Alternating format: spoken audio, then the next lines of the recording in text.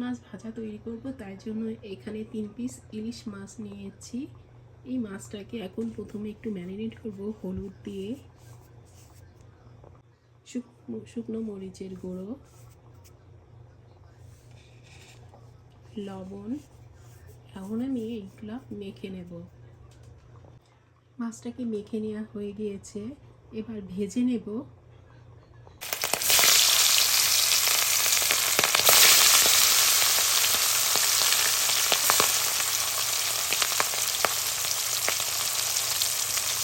একটা সাইড হয়ে গেলে অন্য সাইড উল্টে দেবো।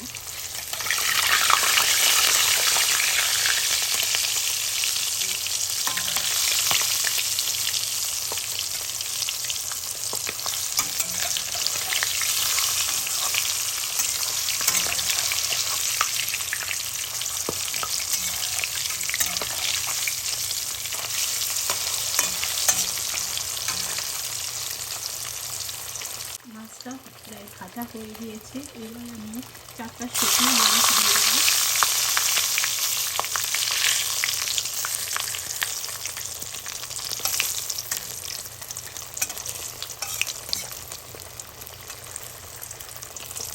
এবার 4টে কাঁচা মরিচ দেবো।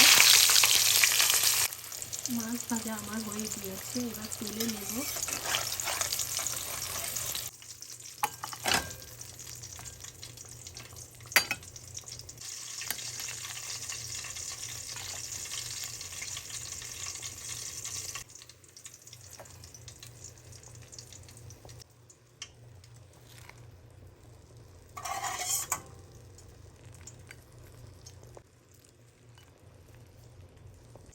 খুব সহজেই তৈরি করে নিলাম ইলিশ ভাজা।